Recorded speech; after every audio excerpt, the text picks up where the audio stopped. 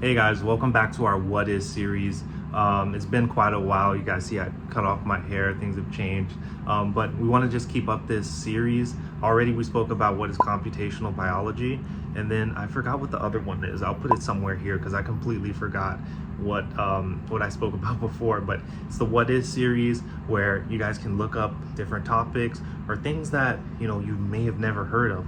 Hear so many people say they've never heard of computational biology, and this video is about maple syrup urine disease, MSUD, which I have another video where it's kind of like a lecture, like blackboard style video of speaking about what maple syrup disease is, maple syrup urine disease is. But this one, of course, I'm showing my face and kind of going into quickly what maple syrup urine disease is, and I'll try to do this all under 5 minutes because I can yap sometimes, but people love people that yap, and if you don't, then maybe this isn't the right place for you. But maple syrup urine disease. So I've actually been kind of micro researching this for, I would say, the past 7 years, just kind of reading up on it in and out. But this time around I'm taking it more serious because I'm in my master's program at ASU, and they require a capstone like thesis research kind of project. So I'm going to do it on maple syrup urine disease, and then when I go for my PhD, I think I'm going to continue researching maple syrup urine disease. So okay, I keep saying this thing over and over. What is it exactly? For sure you can call it MSUD, and it's an autosomal recessive disease where the individual is not able to break down 3 amino acids, and that's isoleucine, leucine, and valine. It's their acid forms or their keto acid forms that it's not able to break down. So there's this enzyme called branch chain alpha keto dehydrogenase, which is supposed to break these down into their branch chain amino acids. But there's a deficiency in that complex, right? So with that, what happens in the early stages of child when they're born, they have an accumulation of these branch chain amino acids, thus giving a maple syrup urine odor in their earwax or their urine. So this is a very rare disease. It's 1 in 180,000 births. So again, it's very rare to occur, but as of now, as far as treatments or things to alleviate this disease, there's not too much out there. The only thing that we have currently is a liver transplant. And how are we able to figure out if this child has maple syrup urine disease? There's 2 ways. We use tandem mass spectroscopy, or we can do sampling from the placenta, right? And we're able to see that, hey, this person may, or this child may have maple syrup urine disease.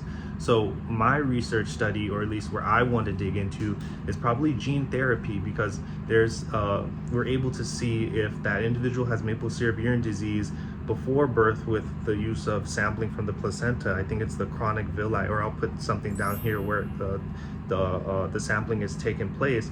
From that time, we're able to do like a pre-screen and say that this child will have maybe sickle cell or some type of maple syrup urine disease.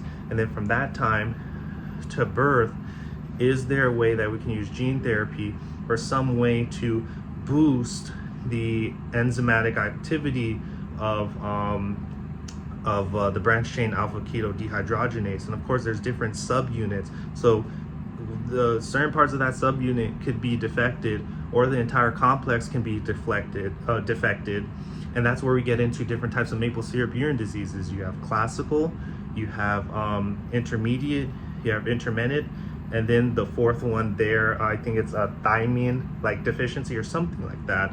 And each of them has a specific reason, but 75% of cases are usually just classic maple syrup urine disease, where there's less than 2% enzymatic activity.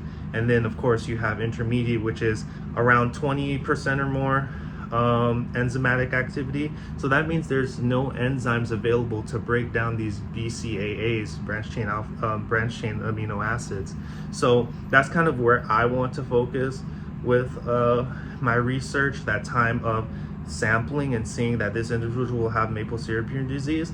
Between that time, what can be done to boost that? I'm not sure yet. That's what research is. It's novel. Some way to boost this activity of some sort, or and then to birth and follow along. So of course, after diagnosed with maple syrup urine disease, again, I said it's only a liver transplant or two. You're on a very strict diet, not eating that much proteins, because you're going to have those amino acids just build up. So it's a very interesting research to get into. There's not much research about it. That's exactly why I'm highly interested into this, and I think it'll be a change to the world, being able to find better treatments or better cures, because we always say that maybe this is the best treatment, since this is the only treatment, that doesn't mean it's the best treatment. So with that, I have to learn the pathophysiology of the entire metabolic pathway, basically, to get a good grip on what occurs, what activates what substrates are there, and just really the whole pathophysiology. And then kind of get in contact with some people that are doing clinical trials, clinical research, and that's kind of where I want to start. But yeah, I just wanted to share this video, kind of talk about what maple syrup urine disease is, and then kind of the steps that I want to take. And it'll be a lot of other videos that I post on here, because that's going to be my research. So I hope you guys are interested in that journey, and I'll follow up with the next one. Peace.